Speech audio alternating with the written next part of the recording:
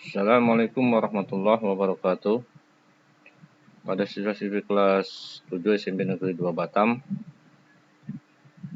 hari ini kita melanjutkan kembali materi kita bab 2, ini tentang hidup tenang dengan kejujuran, amanah, dan istiqomah. Namun minggu kemarin kita sudah membahas tentang kejujuran dan amanah. Sebelum Bapak lanjutkan, perlu Bapak tekankan kembali, marilah kita untuk terbiasa atau membiasakan diri dengan hidup jujur dan amanah. Pertama, jujur, ini sangat penting kita dalam menjalani kehidupan kita, karena jujur termasuk salah satu akhlak yang mulia. Bahkan Nabi Muhammad SAW telah memberikan contoh kepada kita. Beliau adalah salah satu manusia yang terkenal jujurnya sampai Allah memberikan gelar kepadanya, yaitu Al-Amin.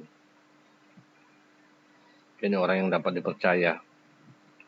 Maka hendaklah kita terus berusaha sesulit apapun dan sesusah apapun, hendaknya untuk terus kita berusaha bersikap jujur dimanapun kita berada.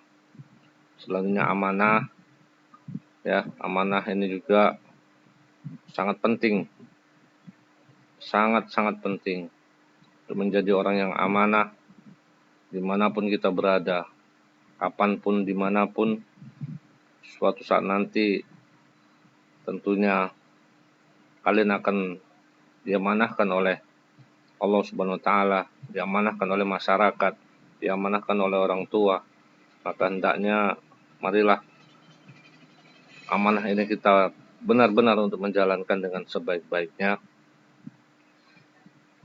Mudah-mudahan dengan usaha kita untuk selalu jujur, amanah, nantinya kita menjadi orang-orang yang soleh dan soleha, yang senantiasa dapat curahan rahmat, taufik, dan hidayah dari Allah Subhanahu wa Ta'ala. Kita lanjutkan materi kita. Kemarin kita sudah sampai pada materi amanah, yakni tentang amanah terhadap diri sendiri,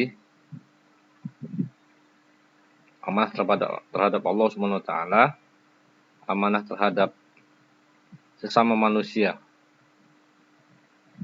dan amanah terhadap diri sendiri. Selanjutnya kita akan melanjutkan tentang hikmah perilaku amanah. Orang yang berbuat baik kepada orang lain, sesungguhnya ia telah berbuat baik kepada dirinya sendiri.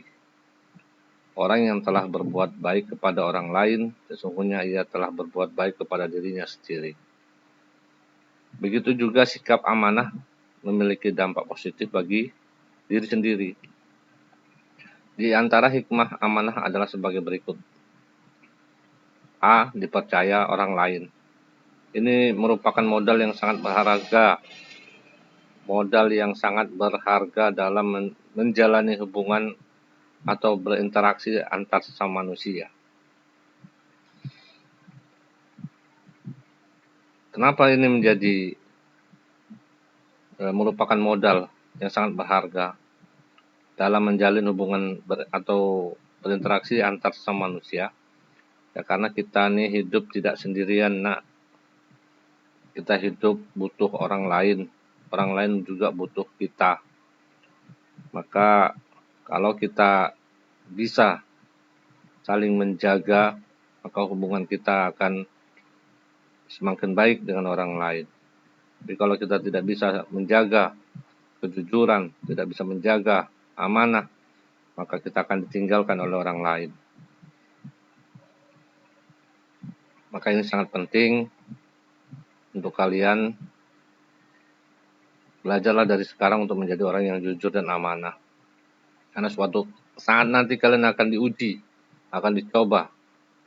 Kalau kita bekerja di suatu perusahaan, kita bekerja di sebuah kantor, kadang atasan kita ingin menguji kita, apakah kita ini amanah atau tidak, apakah kita ini jujur atau tidak. Suatu saat pasti akan kita diuji oleh atasan kita. Namun kalau kita berhasil, kita benar-benar menjadi orang yang jujur dan amanah, insya Allah kita akan bertahan, insya Allah kita akan selamat. Tapi kalau kita sudah tidak dipercaya orang, kita sudah tidak bisa menjadi orang jujur dan amanah, dimanapun kita bekerja, pasti tidak akan lama. Dan untuk mendapatkan kerja yang baik, pasti akan sulit kalau kita sudah tidak menjadi orang yang jujur dan amanah. Yang B berikutnya, mendapatkan simpati dari semua pihak, baik kawan maupun lawan. Tentunya simpati dari kawan ini sangat dibutuhkan karena kejujuran kita, karena keamanahan kita, baik apalagi ya maupun ke lawan kita. Kita hidup ya tentunya tidak semuanya orang baik kepada kita. Ya sedikit banyak ada orang yang pastinya nanti ada yang tidak senang dengan kita. Meskipun kita orang baik. Ya, jangankan kita. Nabi Muhammad saja, Rasulullah itu masih dimusuhin oleh orang. Apalagi kita manusia biasa, ya tentunya ya, dimanapun kadang ada orang-orang yang selalu iri dengan kita. Kita senang orang iri, kita tidak senang apalagi. Ya, orang akan mentertawakan kita. Kita sukses, orang iri.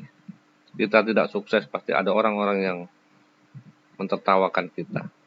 Itu sudah manusiawi. Maka tetaplah menjadi orang yang jujur dan amanah dimanapun kita berada, agar kita mendapat simpati dari kawan-kawan kita maupun lawan kita. Selanjutnya, C, hidupnya akan sukses dan dimudahkan oleh Allah Subhanahu wa Ta'ala. Ini yang terpenting. Ini yang terpenting. Kalau kita bisa jujur dan amanah, ingat Allah pasti akan mempermudah urusan kita. Allah tidak akan mempersulit urusan kita. Tapi kalau kita sudah tidak jujur, tidak amanah, artinya kita sudah tidak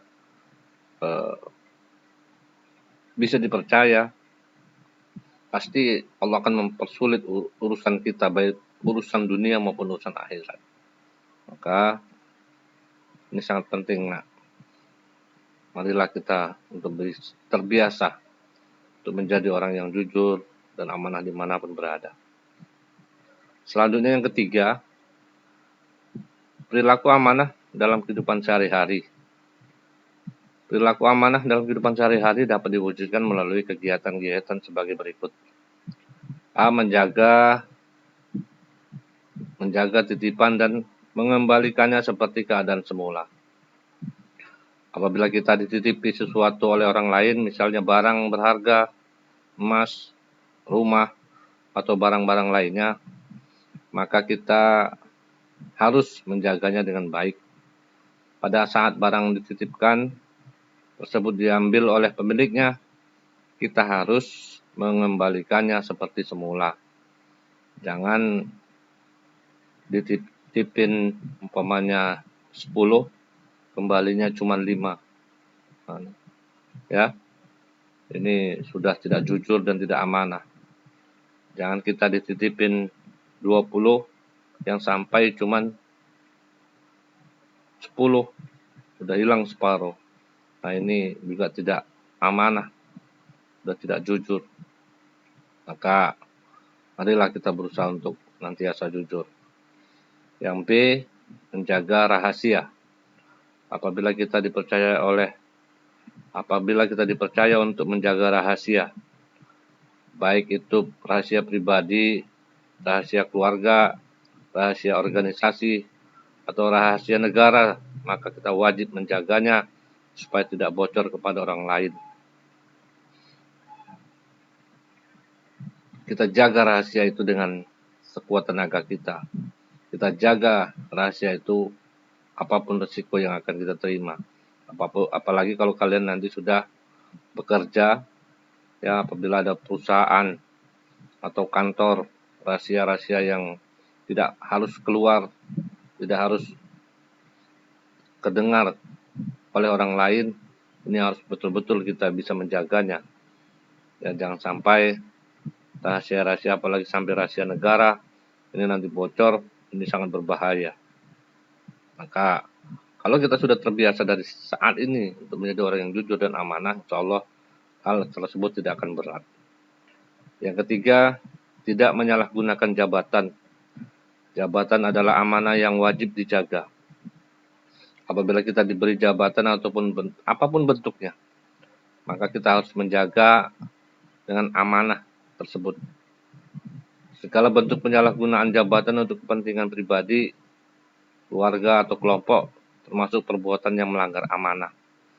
Nih, kalian semuanya pasti nanti suatu ketika akan menjadi orang-orang yang menjadi pemimpin di negeri ini. Ya, ada yang mungkin bisa jadi camat, atau bisa menjadi lurah, atau bahkan jadi dokter, jadi guru. Ya, jangan menyalahgunakan jabatan. Ingat, jujur dan amanah itu harus dipegang teguh. Apapun resikonya. Ya. Karena kalau kita sudah tidak jujur dan tidak amanah, jabatan ini nantinya akan dimintai pertanggungjawaban. Mungkin kita bisa selamat di dunia, tapi tidak akan selamat nanti di pengadilan Allah Subhanahu wa taala. Karena apapun yang kita lakukan, sekecil apapun, kelihatan orang ataupun tidak, pasti Allah akan membalas apa yang telah kita perbuat, apalagi sampai merugikan orang lain. Ya, ini kalau kalian sudah punya jabatan, punya wewenang, punya kekuasaan, kalau kita sewenang-wenang, kita tidak peduli ya dengan orang lain, ya kita gunakan dengan wewenang itu untuk sesuatu yang tidak baik, maka resikonya akan kalian tanggung. Meskipun kita selamat di dunia, tapi di akhirat bisa jadi kita tidak akan selamat. Selanjutnya, D. Memelihara semua nikmat yang telah diberikan Allah Subhanahu wa taala berupa umur, kesehatan, harta benda, ilmu, dan sebagainya. Semua nikmat yang diberikan Allah Subhanahu wa taala kepada umat manusia adalah amanah yang harus dijaga, dimanfaatkan dan sebaik-baiknya. Dimanfaatkan dengan sebaik-baiknya. Bagaimana menjaga umur? Maksudnya di sini adalah kita pergunakan umur ini dengan sebaik-baiknya. Kita pergunakan umur ini dengan sebaik-baiknya. Gunakan umur yang Allah berikan ini untuk beramal, beribadah, bekerja dengan sebaik-baiknya. Jangan sia-siakan umur yang ada. Pergunakan waktu mudamu untuk menuntut ilmu, untuk bekerja dengan sebaik-baiknya. Jangan malas-malasan, jangan membuang-buang waktu yang dengan sia-sia. Ya, bekerja dengan semangat, ulet, kerja keras, supaya nanti kamu jadi orang yang sukses. Tuntut ilmu, ya. Kesehatan kita juga jangan disia-siakan. Bagaimana maksudnya? Diri kita ini sekarang sudah sehat, jangan kita racuni dengan narkoba, jangan kita racuni dengan minuman keras, jangan kita racuni dengan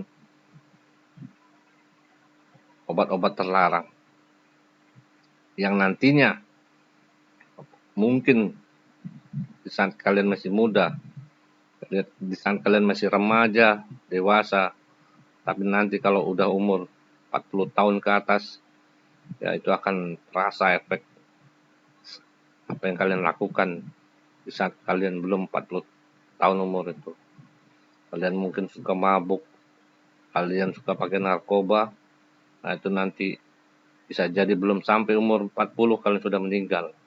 Karena kalian telah menyalahgunakan kesehatan kalian untuk menggunakan narkoba. Ya, ini dilarang oleh Allah, ya karena merugikan diri sendiri, ya, merugikan kesehatan kita. Mungkin kalau saat ini kalian masih sehat, pergunakan dengan kesehatan itu dengan sebaik-baiknya, ya, karena suatu saat nanti kita akan sakit. Kalau kita sudah sakit, sudah terbaring, ya ini semuanya sudah terlambat. Ya kalau kita apalagi menggunakan narkoba, pasti semuanya ada efek. Yang tidak menggunakan narkoba saja kadang ada penyakit jantung, ginjal, kencing manis, darah tinggi, dan penyakit-penyakit lainnya yang bisa menyebabkan kematian. Apalagi sengaja diracuni dengan ya benda-benda seperti itu. Ya. Terus harta benda kita juga harus kita jaga dengan sebaik-baiknya. Itu nikmat Allah, itu amanah dari Allah. Kita gunakan dengan sebaik-baiknya. Ya, selain untuk keperluan hidup kita gunakan juga untuk beramal dan beribadah. Jangan digunakan untuk berfoya-foya, apalagi sampai digunakan untuk mabuk-mabukan, tempat maksiat, berjudi. Ini juga dilarang oleh Allah Subhanahu wa taala. Ilmu yang kita miliki, ya, ilmu yang sudah kita tuntut, yang sudah kita belajar dengan mengeluarkan biaya, tenaga, pikiran dan sebagainya, butuhkan waktu yang tidak sebentar. Kita gunakan ilmu kita untuk kebaikan. Kita gunakan ilmu kita untuk membangun negeri ini, membangun masyarakat, membangun agama kita. Ya, kita gunakan dengan sebaik-baiknya. Itulah orang yang amanah nantinya di sisi Allah Subhanahu wa taala. Selanjutnya kita masuk ke materi istiqomah. Berperilaku istiqomah. Istiqomah berarti sikap kukuh pada pendirian dan konsekuen dalam tindakan. Dalam makna yang luas, istiqomah adalah sikap teguh dalam melakukan suatu kebaikan, membela dan mempertahankan keimanan dan keislaman, walaupun menghadapi berbagai macam tantangan dan godaan. Seseorang yang mempunyai sifat istiqomah bagaikan batu karang yang berada di tengah-tengah lautan yang tidak tergeser sedikit pun meskipun dihantam oleh gelombang yang sangat besar. Jadi harus kuat, tangguh, ya, kokoh. Nah inilah istiqomah. Istiqomah terwujud karena adanya keyakinan akan kebenaran dan sikap yang menanggung risiko. Sikap ini wajib dimiliki setiap muslim, termasuk kita sebagai pelajar. Istiqomah dapat membantu kita untuk membentuk sikap dan perilaku yang sesuai dengan ajaran Islam. Oleh karena itu, kita sebagai pelajar harus memberi contoh yang baik pada siapapun, ya pada siapapun saja dalam kehidupan sehari-hari, baik di lingkungan keluarga, di lingkungan sekolah, maupun masyarakat sekitar. Allah Subhanahu wa taala berfirman, A'udzu billahi minasy syaithanir rajim. Bismillahirrahmanirrahim. Innal ladzina qalu rabbunallahu tsumma istaqamu fala khaufun 'alaihim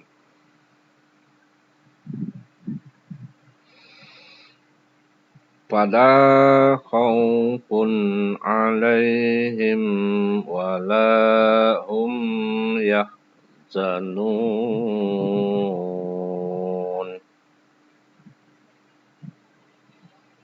Sesungguhnya orang-orang yang berkata Tuhan kami adalah Allah, kemudian mereka tetap istiqomah, tidak ada rasa khawatir pada mereka, dan mereka tidak pula bersedih hati. Quran Surah Al-Ahqaf ayat 13. Ayat di atas menjelaskan sikap orang-orang istiqomah, yaitu menepati dan mengikuti garis-garis yang telah ditentukan oleh agama, menjalankan semua perintah Allah Subhanahu wa taala dan meninggalkan semua larangannya. Orang yang semacam itu tidak perlu khawatir terhadap diri mereka di hari kiamat, karena Allah Subhanahu wa taala menjamin keselamatan mereka. Ingat ya, siswa-siswi SMP Negeri 2 Batam, kunci dalam menjalani hidup ini sebenarnya tidak sulit. Kalau kita memahami apa makna Allah menciptakan kita di muka bumi ini. Ingat, Allah menciptakan kita, yakni tujuannya adalah untuk beribadah kepada Allah Subhanahu wa taala. Wama khalaqtul jinna wal insa illa liya'budun. Tidak aku ciptakan jin dan manusia kecuali untuk beribadah kepadaku, kata Allah. Jadi sebenarnya kita diciptakan Allah ini hanya untuk beribadah kepada Allah. Ya. Ibadah itu kan berarti bukan harus sholat, puasa, itu saja, tidak. Kita belajar, menuntut ilmu itu termasuk salah satu ibadah. Bekerja juga ibadah. Ya, artinya dengan pekerjaan yang baik. Ya. Untuk selamat, untuk dapat selamat di akhirat nanti, jalankan perintah Allah, jauhi larangan Allah. Selesai. Ya. Itu saja kuncinya. Laksanakan perintah Allah, jauhi, ya, jangan sampai ya, kita berbuat kemaksiatan. Ya, jauhi larangan-larangan Allah. Selamat kita insya Allah. Itu saja kuncinya. 2. Hikmah perilaku istiqomah. Di antara hikmah perilaku istiqomah adalah sebagai berikut. A. Orang yang istiqomah akan dijauhkan oleh Allah dari rasa takut dan sedih, sehingga dapat mengatasi rasa sedih yang menimpanya. Tidak hanyut di bawah kesedihan dan tidak gentar dalam menghadapi kehidupan masa yang akan datang. Ini ya hikmah orang yang istiqomah. Orang yang istiqomah akan mendapatkan kesuksesan dalam kehidupan di dunia karena ia tekun dan ulet. C. Orang yang istiqomah dan selalu sabar serta mendirikan sholat akan selalu dilindungi oleh Allah Subhanahu wa taala. Itu ya, di antara hikmahnya. Maka siapa yang ingin selamat ya dan ingin dilindungi oleh Allah, ya laksanakanlah perintah Allah dengan sebaik-baiknya. Jauhi larangan Allah sekuat tenaga kita. Ya. Yang ketiga, perilaku istiqomah dalam kehidupan sehari-hari. Perilaku istiqomah dapat diwujudkan melalui kegiatan A. Selalu menjalankan perintah Allah Subhanahu wa taala dan menjauhi larangan-larangannya dalam keadaan apapun dan dimanapun. Ya, menjalankan perintah Allah dimanapun, dalam keadaan seperti apapun. Ini kadang-kadang di rumah rajin sholat, rajin ke musola, rajin ke masjid. Begitu keluar dari belakang padang, entah ke Batam, entah ke Singapura, entah kemana pergi, sudah enggak ingat lagi sholat. Ya, seperti sudah enggak ada perintah lagi sholat, senaknya saja. Ya, padahal kita diperintahkan dimanapun, kapanpun, ya harus tetap melaksanakan ibadah sholat. kan berarti kita keluar dari belakang padang sudah tidak ada kewajiban sholat, ya. Dibiasakan dimanapun kita pergi, sholat, laksanakan, ya. Apa yang dilarang, tinggalkan, ya. Mentang-mentang tidak di kampungnya, tidak di rumahnya, kadang larangan-larangan main langgar aja. Ini ya, hati-hati. Yang B, melaksanakan sholat tepat waktu, ya, melaksanakan sholat tepat pada waktunya. Ya, kalau kita sudah terbiasa, insya Allah tidak akan sulit. C, belajar terus-menerus hingga paham. Ini, belajar terus-menerus hingga paham.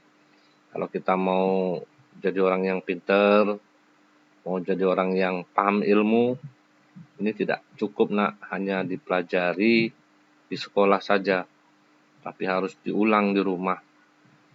Bapak garis bawah ya, harus diulang di rumah, pelajaran apapun itu.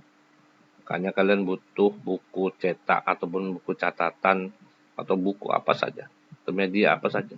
Ini tujuannya apa? Supaya kalian bisa mengulang pelajaran tersebut di rumah.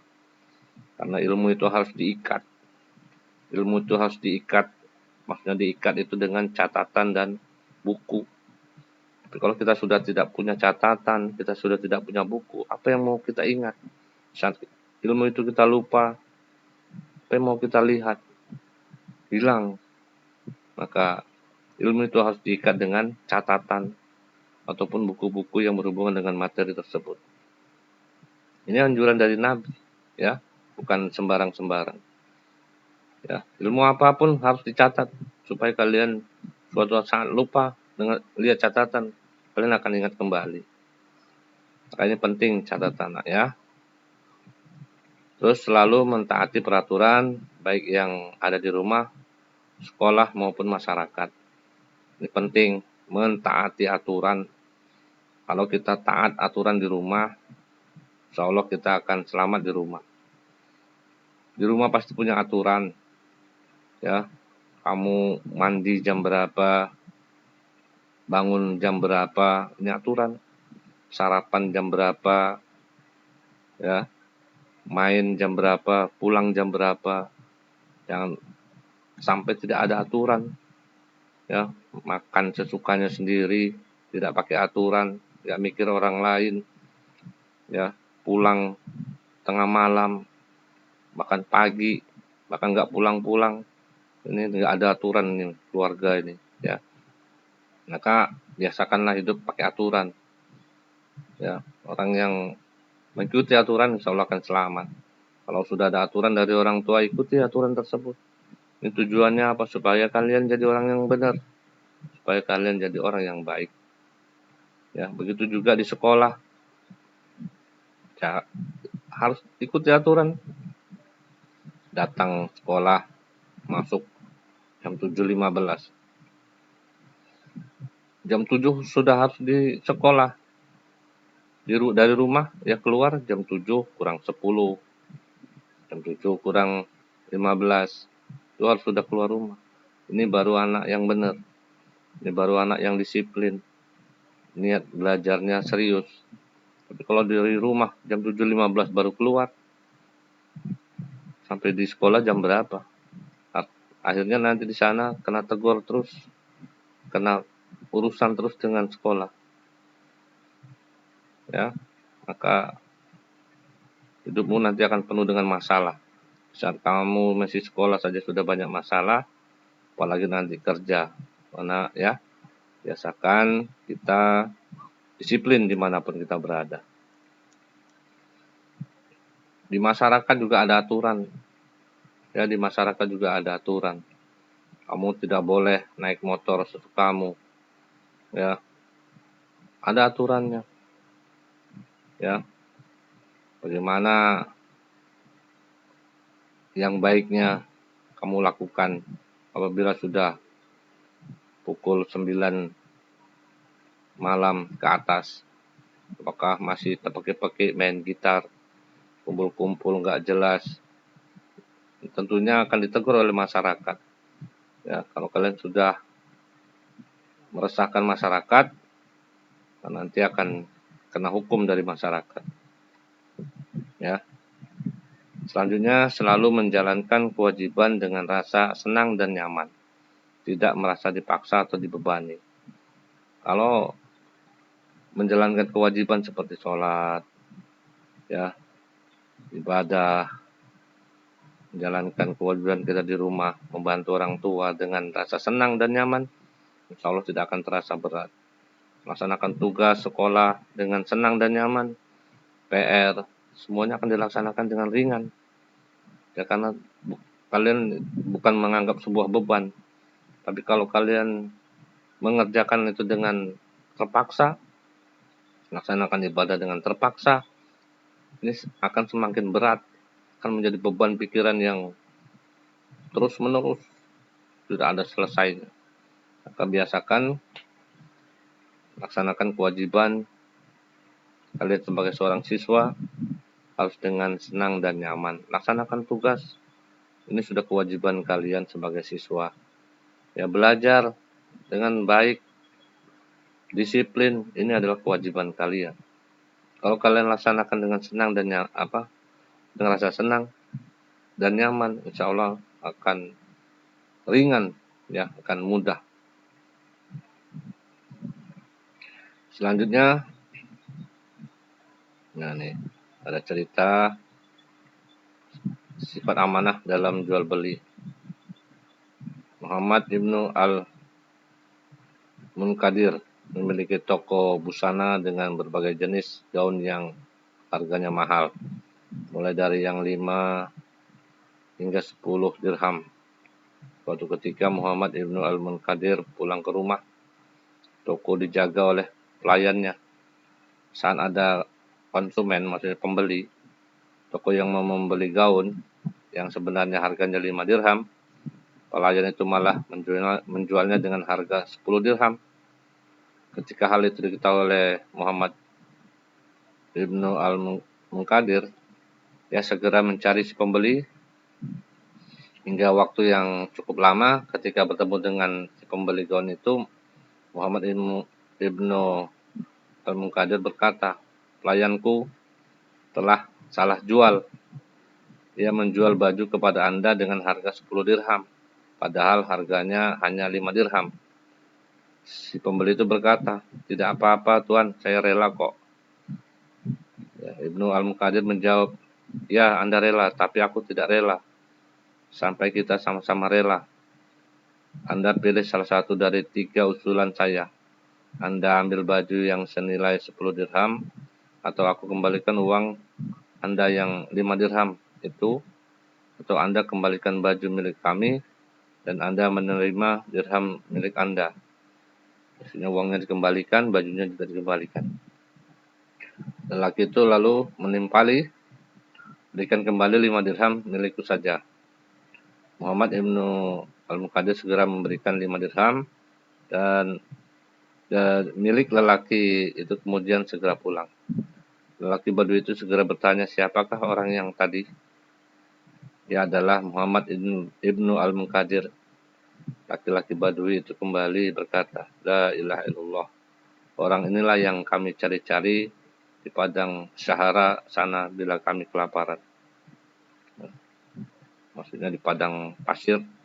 Padang Sahara ini adalah padang pasir yang gersang tandus yang ada di tanah Arab atau Timur Tengah.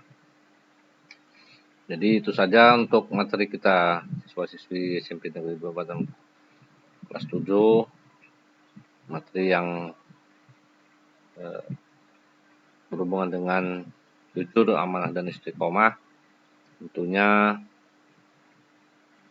ilmu ini tidak hanya kalian pelajari, namun berusahalah untuk dipraktekkan dalam kehidupan kita. Ini sangat penting untuk kita terapkan dalam menjalani kehidupan kita. Ya. Selanjutnya untuk tugas di rumah, ya, silakan dikerjakan. Ini penerapan 1 ayo berlatih. 1 Romawi akan dikerjakan sampai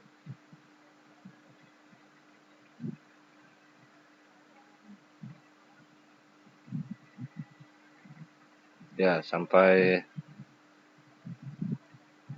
2 Romawi saja dulu ya. Sampai 2 Romawi saja dulu. 1 Romawi tentang yang tadi. Jadi dari halaman ini 26 1 Romawi, terus halaman 27 dan halaman sampai halaman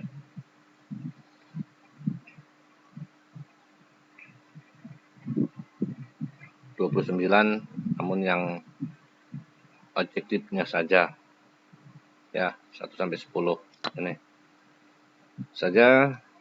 Bapak akhiri, wabillahi taufiq wal hidayah. Assalamualaikum warahmatullahi wabarakatuh.